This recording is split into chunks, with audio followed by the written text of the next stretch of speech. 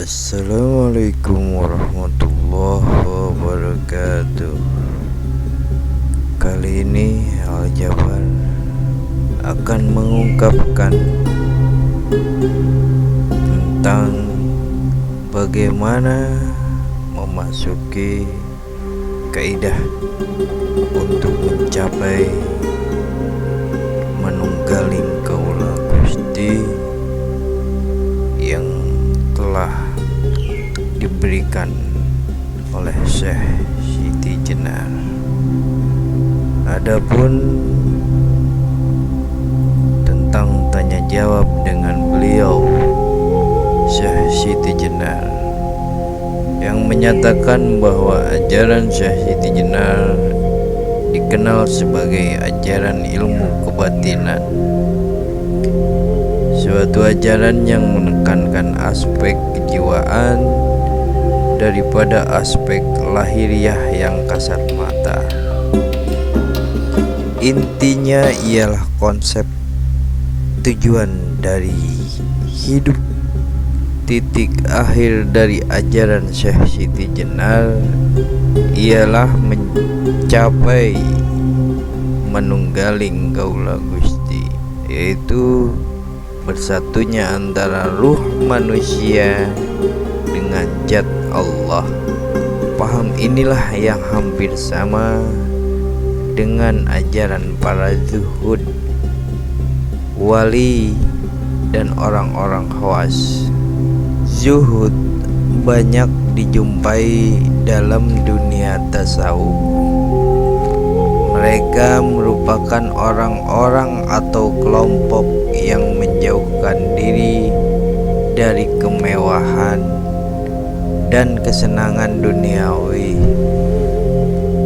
sebab mereka mempunyai tujuan hidup yang lebih utama, yakni ingin mencapai kesucian jiwa atau ruh.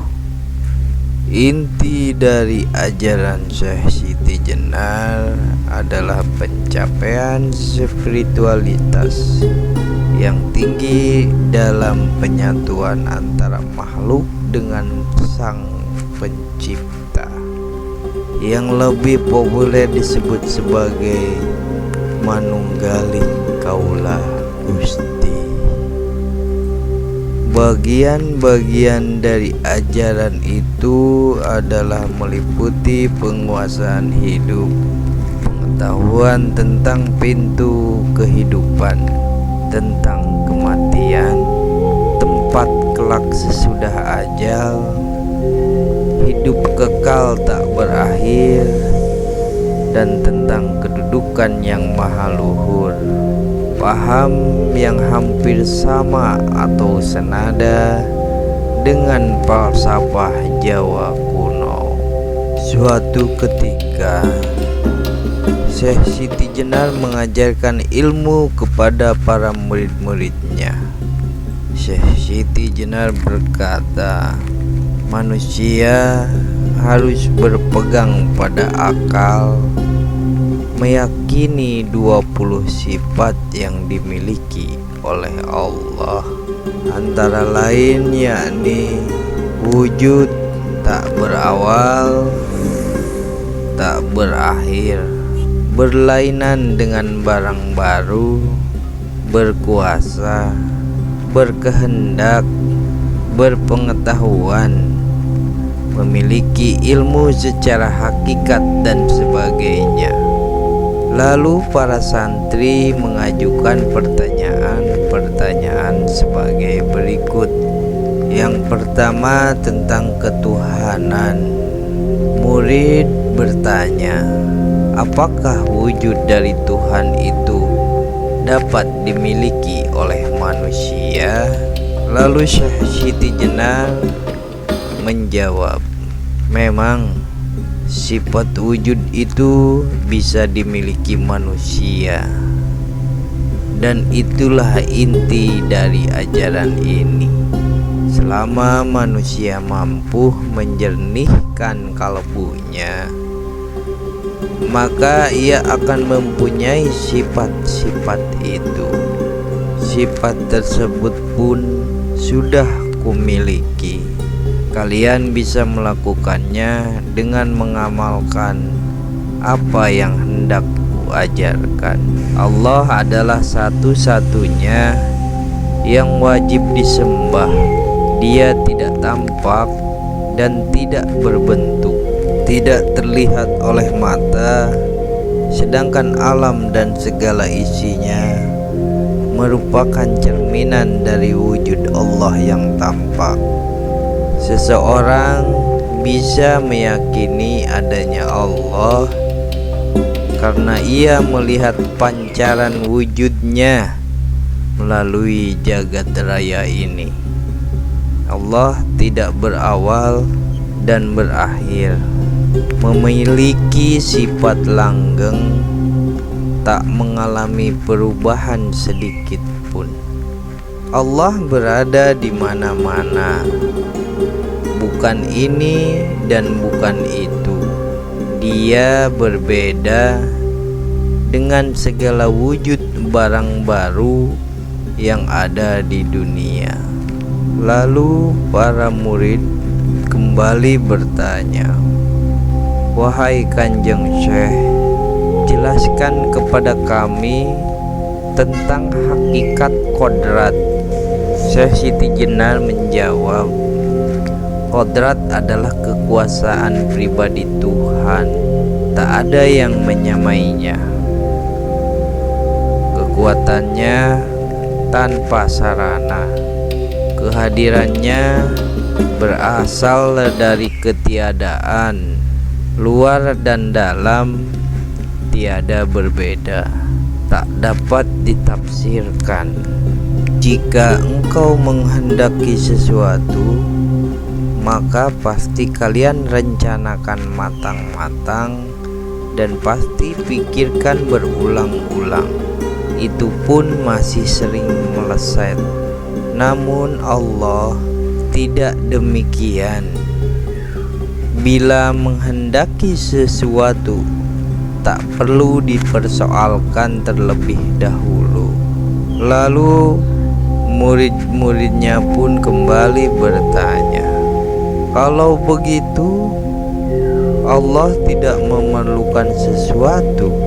Syekh Siti Jenar kembali menjawab, "Benar, Allah tidak memerlukan sesuatu.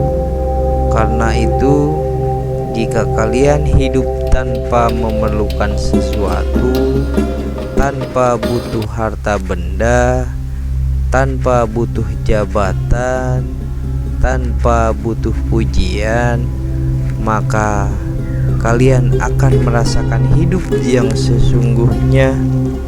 Kalian akan memiliki sifat Allah tersebut." Dan murid pun kembali bertanya, "Kalau manusia menghindari sesuatu dan merasa tidak memerlukan apapun, apakah akhirnya dapat disamakan dengan Allah?" Syekh Siti Jenar menjawab, "Tidak. Walaupun manusia hidup tanpa bergantung sama sekali kepada duniawi, namun ia tetap berbeda dengan Allah. Allah tidak bisa disamakan dengan Tuhan. Allah adalah pencipta dan kalian adalah yang diciptakan. Allah berdiri sendiri tanpa memerlukan bantuan. Hidupnya tanpa ruh, tidak merasa sakit dan kesedihan. Allah muncul sekehendaknya." Dan murid pun kembali bertanya, "Jika Allah berkehendak, maka apakah kehendak seseorang itu karena kemauan Allah?" Lalu Syekh Siti Jenar pun menjawabnya, "Untuk sampai pada jawaban itu, kita harus membedakan seseorang, mana manusia itu dibedakan menjadi beberapa tingkatan. Ada yang awam, ada yang khawas. Orang awam hanya beribadah secara syariat tanpa dapat memelihara kolbu, maka ia masih jauh bisa berhubungan dengan Allah.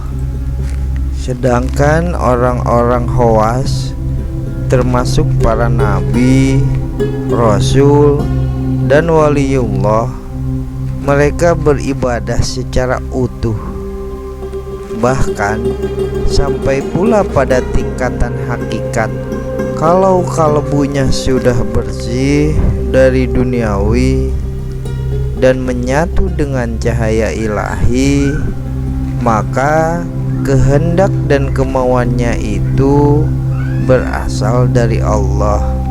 Perbuatannya adalah perbuatan Allah, maka jangan heran jika ada orang yang diberi karomah sehingga segala ucapannya menjadi bertuah.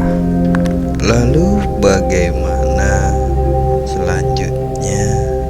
Dengarkan kelanjutannya episode